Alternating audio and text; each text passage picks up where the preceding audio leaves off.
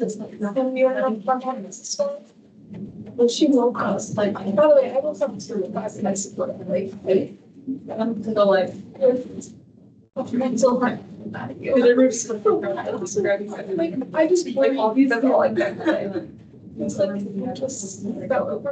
I'm sitting like, I'm sitting these two, like you, like down. And then she wrote, I didn't even speak because I'm too tired. I know you have a puke since it's like, it's just that. I was like, I just woke up. And yeah, normally that was sometimes. So, she's about it.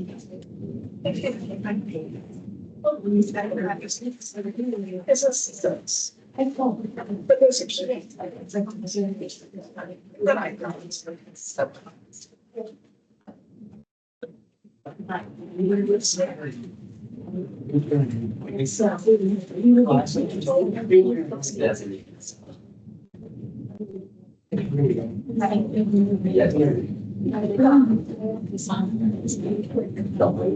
Yeah.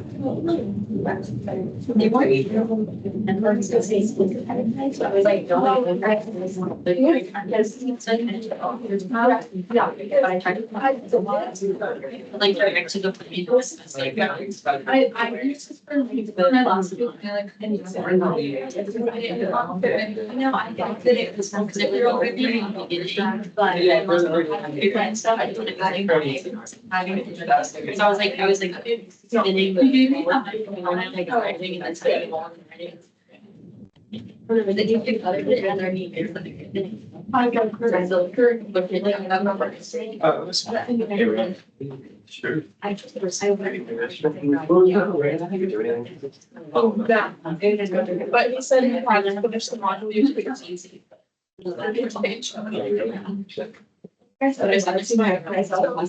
I'm done. I got done.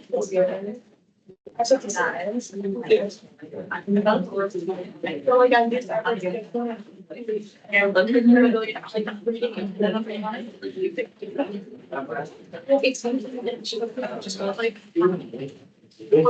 Okay, I know I asked you to, finish the first 15 pages, but I want to start on page 11 because I do want to spend time going over what is what are common, or just like at least go over calculator section problems because section A are all non-calculator. Want to go over some of the calculator portion, but just just so that you're aware that even though this is the calculator section, you get 15 questions in 45 minutes. Don't be surprised if less than half of those problems actually need a calculator. So again, you have to make the decision: is this a calculator question or is it not? It's calculator active, but don't feel like, oh, how is this a calculator question? And you feel like you have to force the calculator to answer the question. But in all likelihood, probably less than about half or less than half of the problems will you're actually going to find the calculator even useful. So okay, so if you turn to page 11.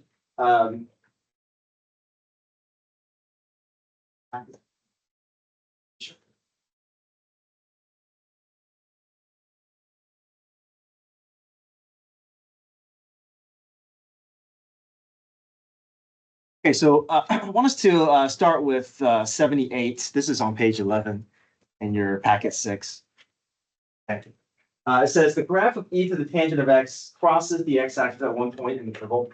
What's the slope of the graph at this point? So if you see a whole bunch of decimals, you're going to need your calculator. Okay, so that's kind of a giveaway that I need my calculator when I have all these decimals rounded to 3 places, to all these solutions, potential answers rounded to 3 decimal places. So what is the slope of the graph at that point? We know slope is related to the derivative, so I'm going to just go ahead and find the derivative.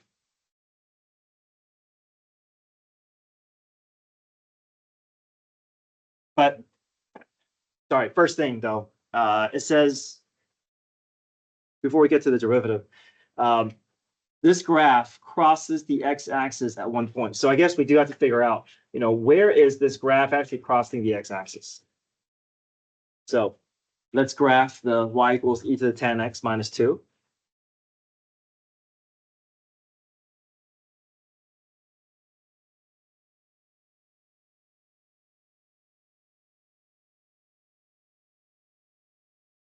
I know that I'm looking at a solution between 0 and 1, so I'm just going to go to window and force my x min x max be between 0 and 1, because I know those are the only I only have to worry about the graph crossing the x-axis between those 2 points there. So I have my x-intercept there. So I'll do second trace 0 to find that x-intercept. Take a point to the left of the x-axis, left of the x-intercept, and then choose a point to the right of the x-intercept.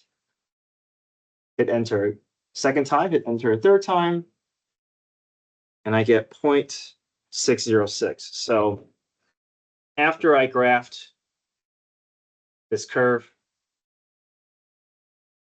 I found my x-intercept to be 0.606. And what the problem wants to know is, at this point, what is the steepness of the curve at that point? We know it's a positive slope, but is it a slope of 0.6? Is it a slope of 2? Is it a slope of 2.2, 2.9, 3.7? So we're going to make the calculator do this for us. We're going to ask the calculator to figure out what is the slope of the curve at this point.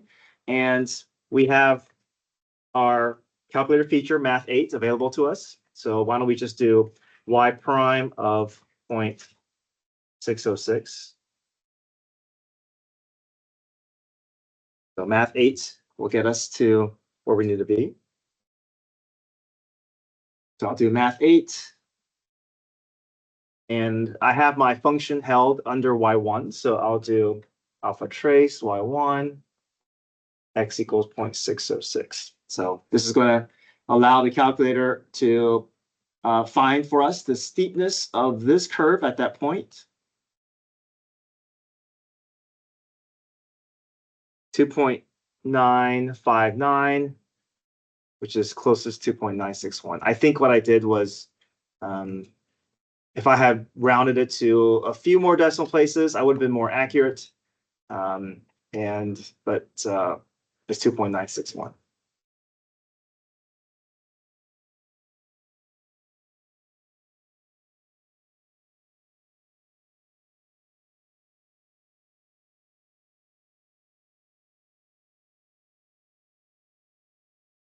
And again, we're on page 11 in packet 6.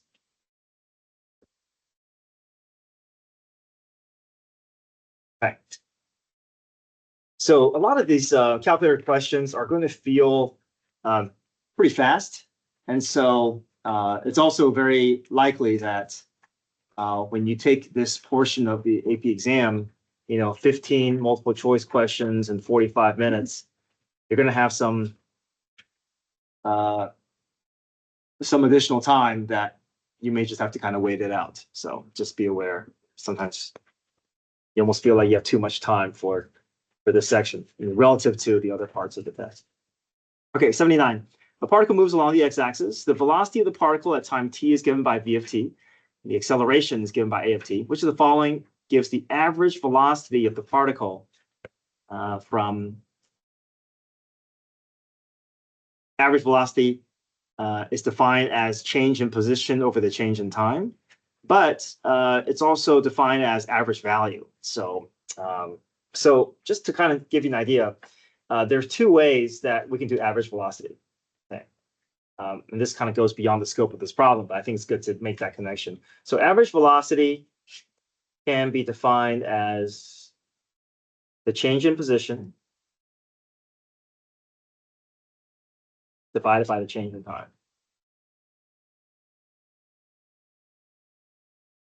So it could very well be this. It could be very well x of b minus x of a over b minus a.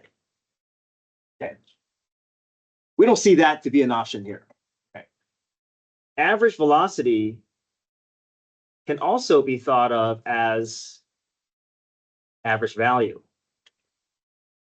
And average value is requiring average value theorem. So average velocity can also be thought of this way: 1 over b minus a, integral from a to b of v of t dt.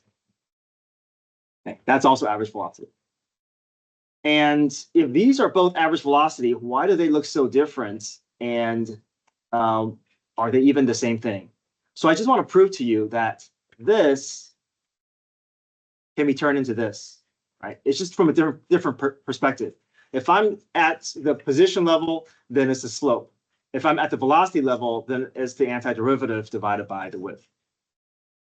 So I want to show you that these are actually the same thing, because let me pull the 1 over b minus a out in front, right? We know that's just a coefficient. We know the integral from a to b of v of t. We can use first theorem, right? Velocity's antiderivative is position, and position is x of t.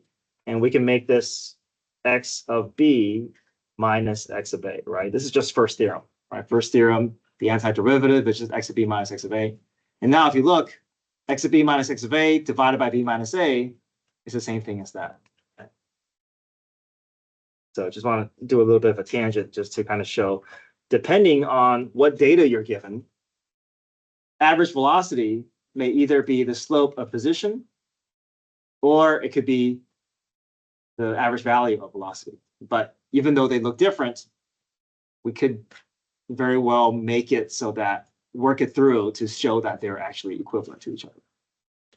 Okay, so in this case, I think we're sitting at the average value form, and our b and a value are 0 and 8. So I think it's going to be 1 over 8 minus 0, integral from 0 to 8 of v of t dt.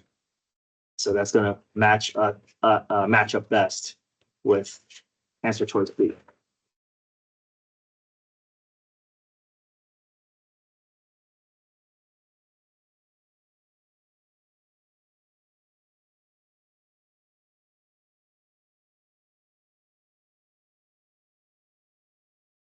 Right, there's no need for a calculator for this one. Right, we can't, even if we wanted to, we wouldn't be able to do anything with the calculator with a problem like this. Okay, 80.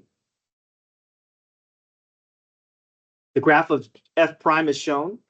So anytime we have a derivative graph, usually they're going to be asking information about other functions that we don't see. They may be asking about the second derivative, or they may be asking about the original function, and we see all these information involving relative max, relative min, points of inflection. So I like to build out my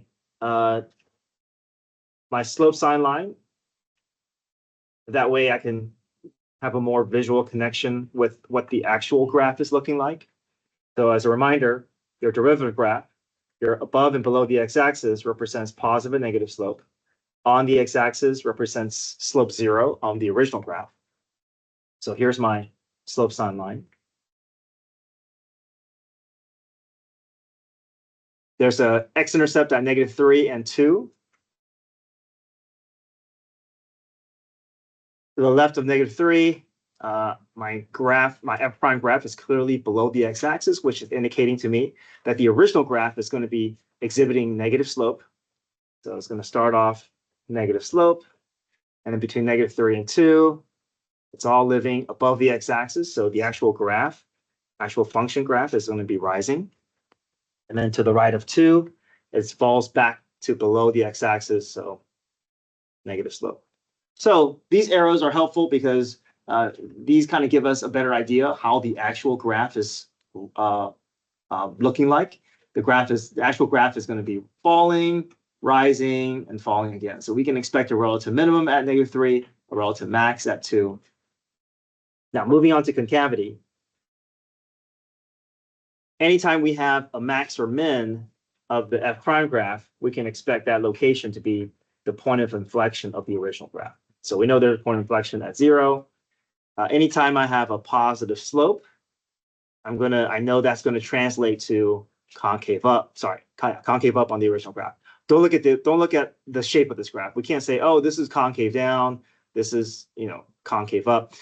That would be true if this was the f of x graph, but this is the f prime graph. So we have to interpret things a little bit differently. So positive slope on the f prime graph is going to represent concave up. Negative slope on my f prime graph is going to translate to concave down on the original. So I think we can use these symbols and shapes to kind of help us narrow down our answer choice here. Relative min at x equals -3, we know that to be true. Point of inflection at x equals -2, not going to be true. Maybe if this is the original graph, that will be a point of inflection, right? Concave up to concave down, but we know concavity on the f prime graph is going to change only if there's a max or min, a relative max or min. So point of inflection is at 0, but not at -2. I'm sorry, -2. So this is not a point of inflection. Even though it looks like, oh, concave down, concave up. Okay, so false. Graph is concave down from 0 to 4. That is true. From 0 to infinity, I'm showing concave down, so this one is true. So 1 and 3.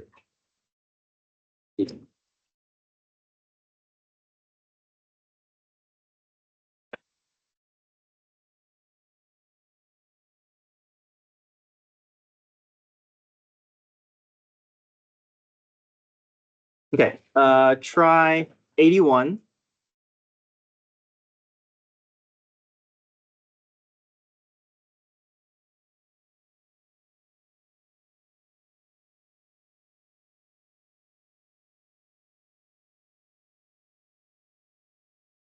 Here's a formula that can kind of help you get started.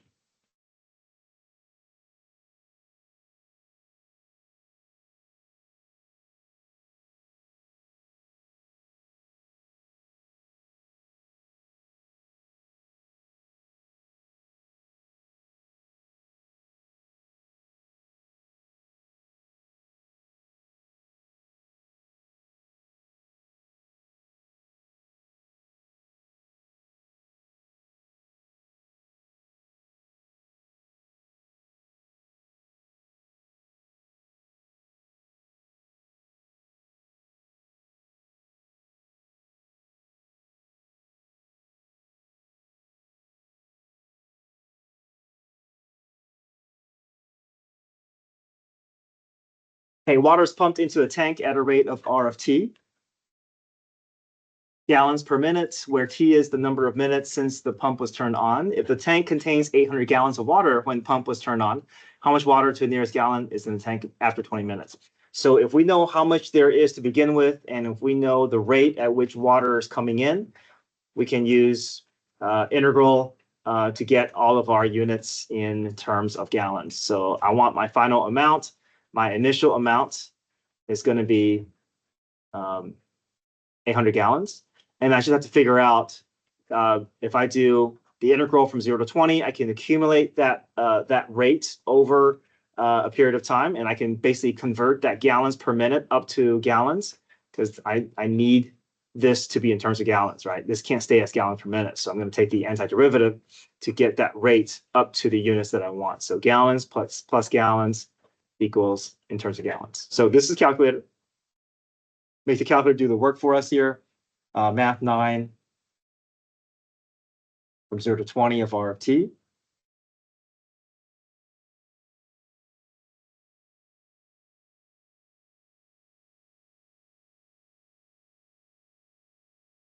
Question.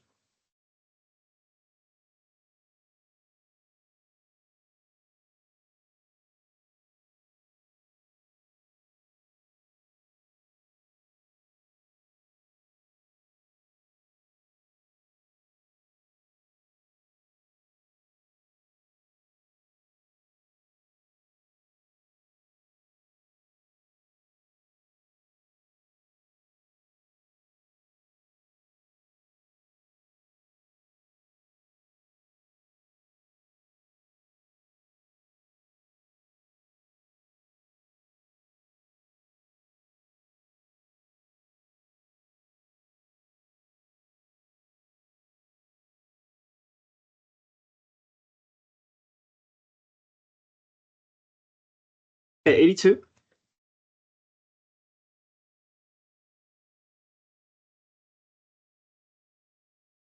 Another calculator question here.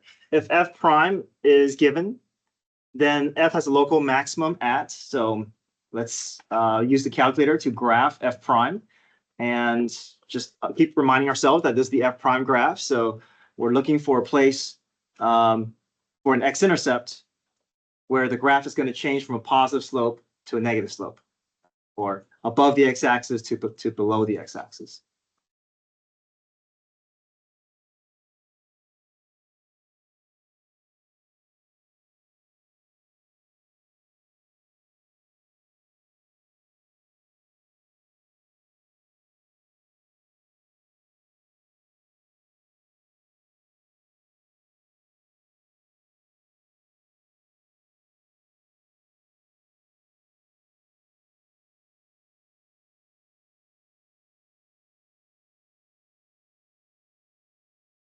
So it looks like it's going to be that place there, close to 0.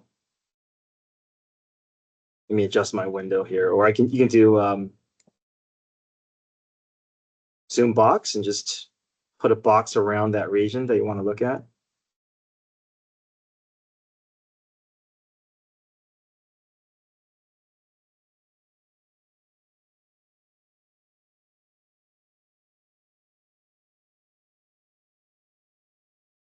So that's the x-intercept that I want, right? I want above the x-axis to below the x-axis, which will indicate positive slope to negative slope. So if we do second trace, 0, pick a point on the left of the x-intercept, then pick a point to the right of the x-intercept, enter a third time, and I get 0.3501.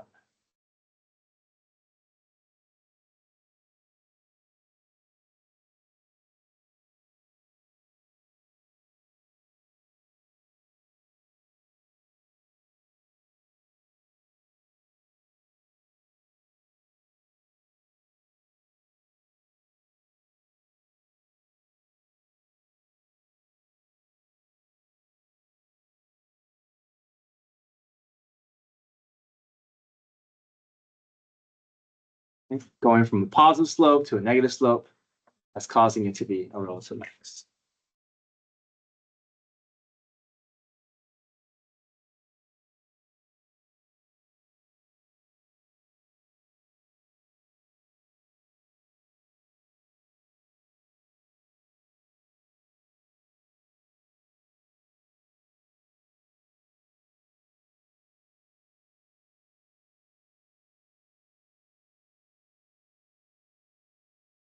Okay, page 83, page 13.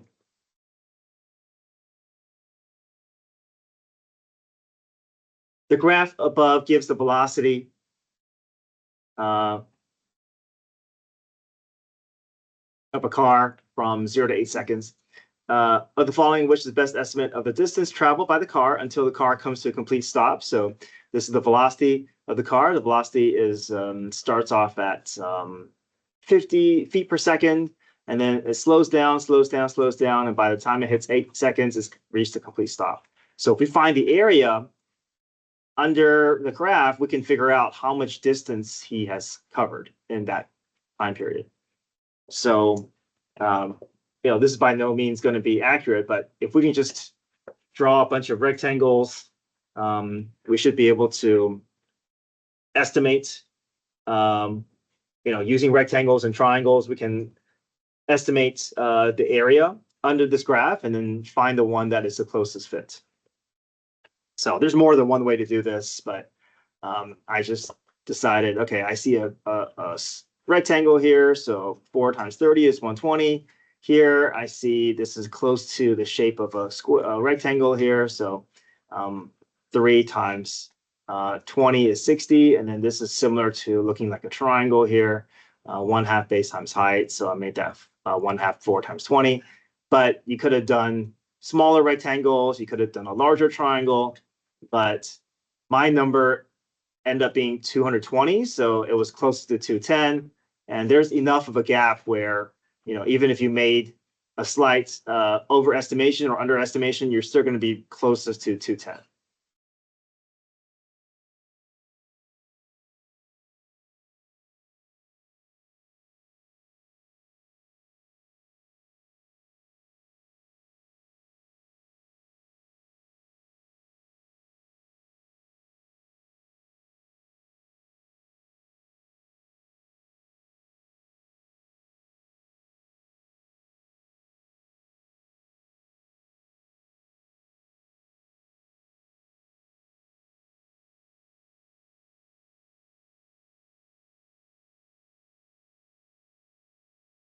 For 84, between negative 1.5 and 1.5, let f be a function with the first derivative.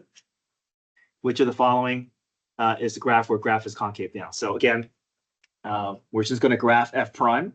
And you know that concave down on the f prime graph is we're looking for a negative slope, right? Wherever f prime graph has a negative slope, that's going to translate to concave down on the original graph. So I'm just going to graph f prime in my calculator and just see what that looks like.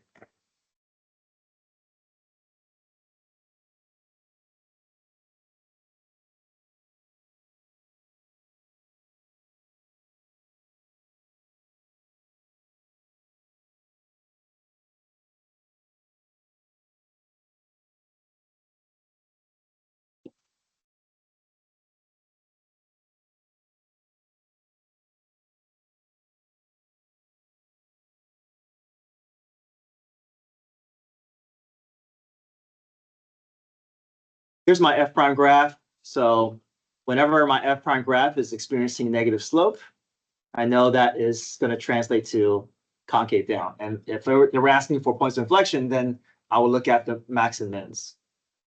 So basically, this interval is showing me concave down, and also this interval as well. So what I can do is I can just trace to these points. I can look for my relative. I know that my max is at 0, but I guess the relative, even though we're not looking for points of inflection, finding these relative mins can be helpful because they kind of give us an idea where the slope is stopping. It stops decreasing and goes up to increase. So there's a feature there, second trace minimum, and you can pick points on either side of your relative minimum, and then ask the calculator to find that relative minimum. You can find the x value at that point.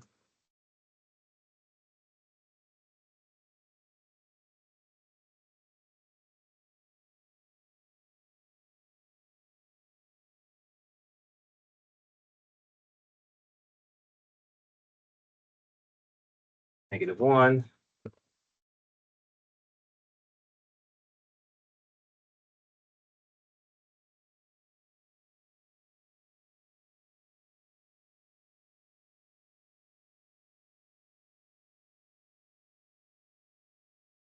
So it ends up being right at -1 and 1. So we're looking for negative slope here. So we're looking at this interval and this interval because this is the f prime graph. This is not the original graph. So we don't want to say, oh, concave down is here, right? It's where slope is negative.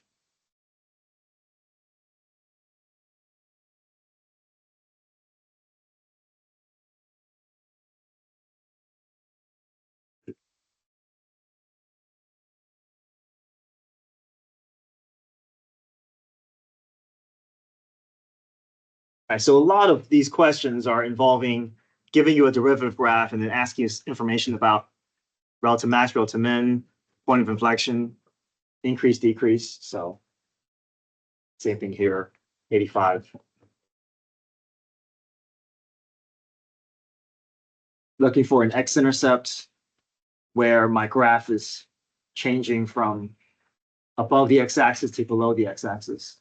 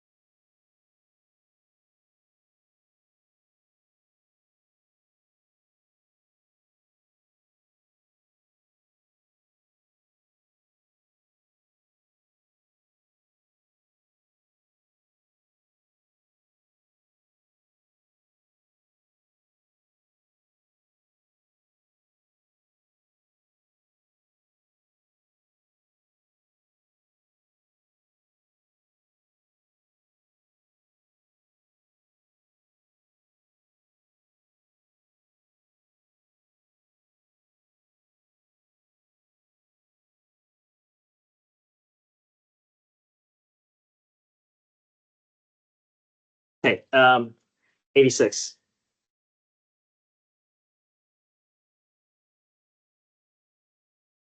If f prime is greater than 0 for all real numbers x, and the integral from 4 to 7 is equal to 0, which of the following could be a table of values for the function f? I think sometimes it helps if you have all these notations that seem abstract, if you can verbalize what they're asking you, or if you can verbalize into something that feels more visual, I think that can help. So 86 here, f prime of x is greater than 0. So when I see that, I'm thinking, okay, my slope, that's talking about slope. So I know that my slope is always positive. So that gives me a connection with what the graph could look like. And then this is telling me that my displacement is 0. So if my graph is always rising, usually I'm thinking, okay, it's going to accumulate a bunch of area and I should be getting a positive number. But here they're telling me my displacement is 0. And the only way that I can have a displacement of 0 and my graph is rising is if things are getting canceled out, right? Maybe I have half the graph below the x-axis and then the other half above the x-axis, and then the two regions end up canceling each other out. So if that's the case, then maybe my graph could look something like this, where between 4 and 7, maybe the graph looks something like this, right? Where always positive slope, but then this negative region is canceling out with this positive region, right? So I think that's the only scenario that we can think of where our graph can be positive and our displacement is going to end up being 0. Maybe this is -3 and this is +3 and it ends up being 0. So once we can get an idea what graph we're trying to create or to meet these criteria, then we can look at these options and see, okay, which one could be the one that's going to be closest to what we've estimated. So I think answer choice B will be the best fits, because here my graph is clearly rising, so that meets that positive slope criteria. And then I also have region below the x-axis and then above the x-axis, so that will allow for that possibility to allow for the displacement to end up being 0. So we don't want all the values to be below the x-axis. We don't want all the values above the x-axis. And we know it can't just be zeros all the way across the board, because our graph has to experience positive slope. So all my values my y values have to keep increasing.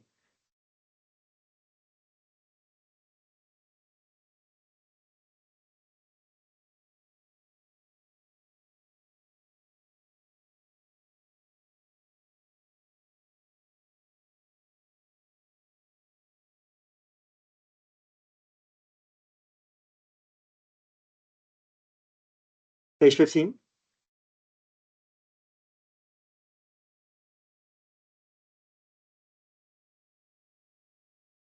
So we have a derivative graph, but this is not just a derivative graph. This is a second derivative graph. So we have to keep in mind, okay, so our y-axis is going to change its definition again.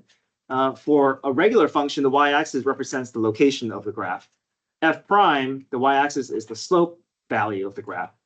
If it's a second derivative graph, then the y-axis represents the concavity. Right? So now these are representative of concavity values. So now that means anything above the x-axis, these are all positive concavities. So therefore, anything above the x-axis is going to will be representing of where the original graph is going to be experiencing concave up. Anything below the x-axis is now concave down. Anything on the x-axis are potential point of inflection. So I can use this setup to create my sine line.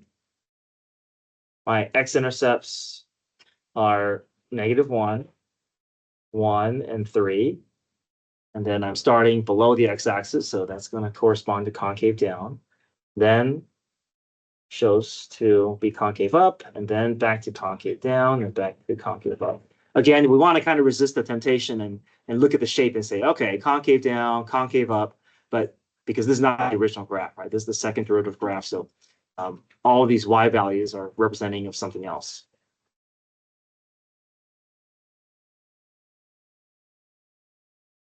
So concave down from -2 to -1, and then from 1 to 3.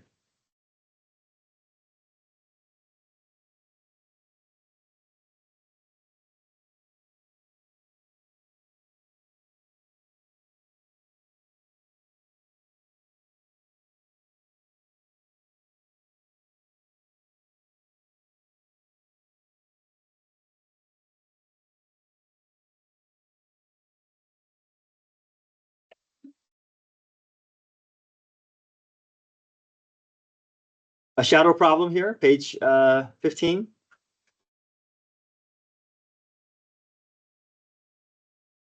Person whose height is 6 feet is walking away from the base of the street light. If the height of the street light is 15 feet, what is the rate at which the person's shadow is lengthening? So we know that we can create a triangle within the triangle. If it helps, if you want to draw a diagram without those, so you can see all the pieces here. You know your constants will always be the vertical part. So you have 6 feet tall for the person, 15 feet for the street lamp, and then you can start do X and Y. We can set up proportions. We can say height of the small triangle is to the height of the large triangle as the base of the small triangle is to the base of the large triangle. So it's going to be y over x plus y. A lot of students, they want to say x over x plus y because it just feels more like, oh, I'm starting with x, I should start with x here as well. So we say y here because x doesn't represent the full base of any triangle. We want that y to be the base of the small triangle and then followed by the base of the large triangle. Cross multiply, combine like terms. We're looking for the rate at which the person's shadow is lengthening. So just again to remind you of the different variables or different rates. dx dt is the rate of change of the person walking. dy dt is the rate of change of the shadow length. And then if I add the rates together, dx dt and dy dt, I'm going to get the rate of change of the tip of the shadow.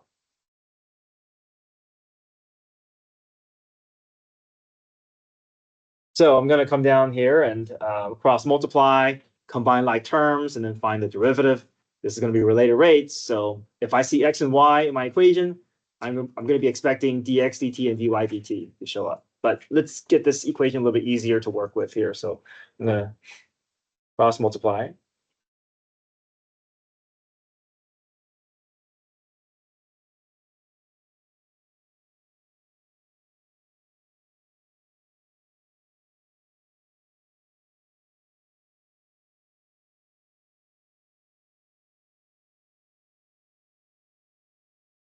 Six x equals 9y feels like a much easier equation for me to begin our derivative process. So every variable gets impacted by time. 6x becomes 6. The x disappears, but we are asking for x's derivative with respect to time. So dx dt will show up. 9y becomes 9. Y disappears, but we're asking for y's derivative, so we need that dy dt. Okay. The person is walking 4 feet per second, so that's your dx dt.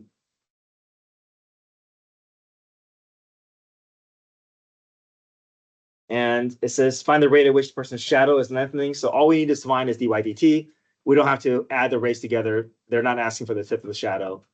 So just have to plug in and solve for dy dt.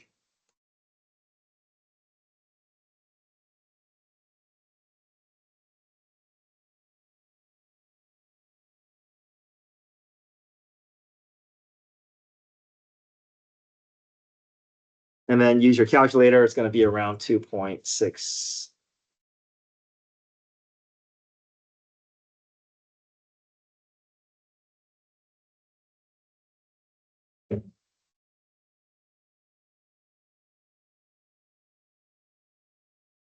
A particle moves along a line so that its acceleration given by a of t If the particle's velocity is 5, what's the velocity of the particle at t equals 3? So we have a formula that we're more familiar with.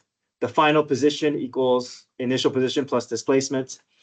We can adapt that and just shift everything one derivative down. So initially, we may be thinking x of b is equal to x of a. That's final equals initial plus displacement. So we can adapt this formula that we've been using a lot and just do everything one derivative down. So we can say, instead of position, we'll do final velocity equals initial velocity plus the displacement of velocity, a of t.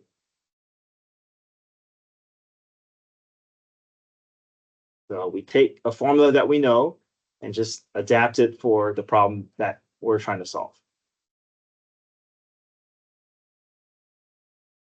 So I want to find the velocity at 3. I have the velocity at 0, and I just have to bridge the gap between 0 and 3 under my acceleration function. So the integral of acceleration will give me the change in velocity. If I have the change in velocity plus the initial velocity, I'm going to figure out how fast my velocity is at 3 seconds or at t equals 3. Use your calculator for this portion, Math 9.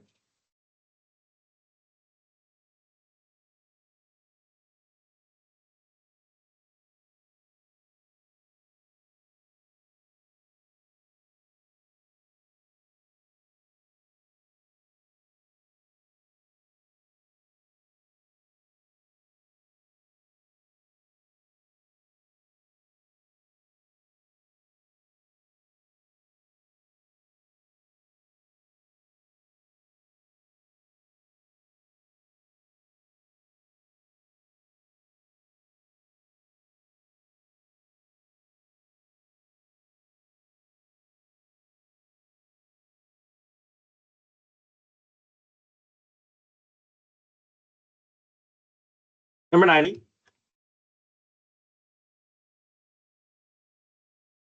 Let f be the function such that the integral from 6 to 12 of f of 2x dx equals 10, which the following must be true. So that 2x, whenever I see that something is inside my integral, I'm always thinking, okay, I probably have to go through u substitution to figure out what's exactly happening with that 2x there. So I'm going to start off with u substitution, see if I can get this to a different form, because all these are basically in a different variable here. So I can think of all these variable t as variable u, but I know that the 2x has to come into play somehow. So I'm just going to focus on u substitution and seeing where that takes me.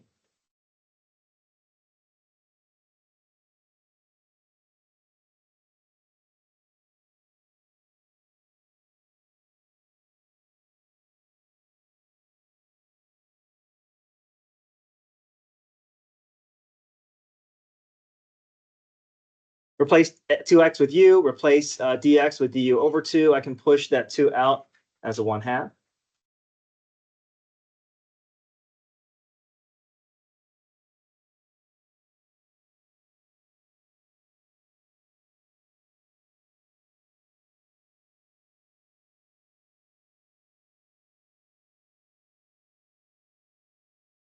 So if I want to adjust the bounds to also fit into this integral, that means I have to push the 6 and 12 into in terms of u as well. Otherwise, the 6 and 12 is a mismatch, right? And all my answer choices has this t here, and having that u is basically my quote unquote t. So to convert these bounds to be in terms of u, I know that if my x, my lower bound was 6, and I'm making it go through this u conversion here. My u value is 6 times 2, which is 12. So now my new upper bound is 12. And then if x is equal to 12, then u is equal to 2 times 12, which is 24.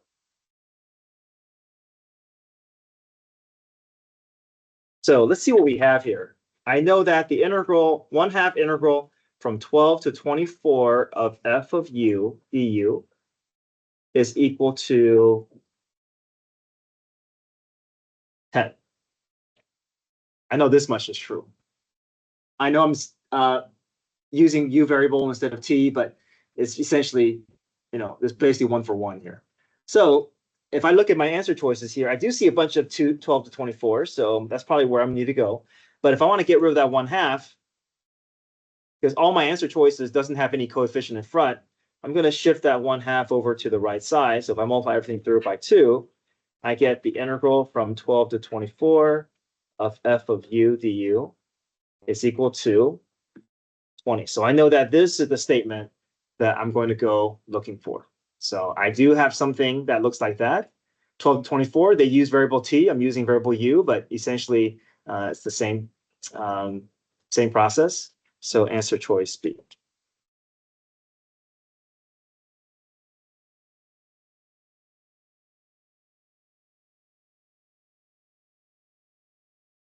Okay, so I think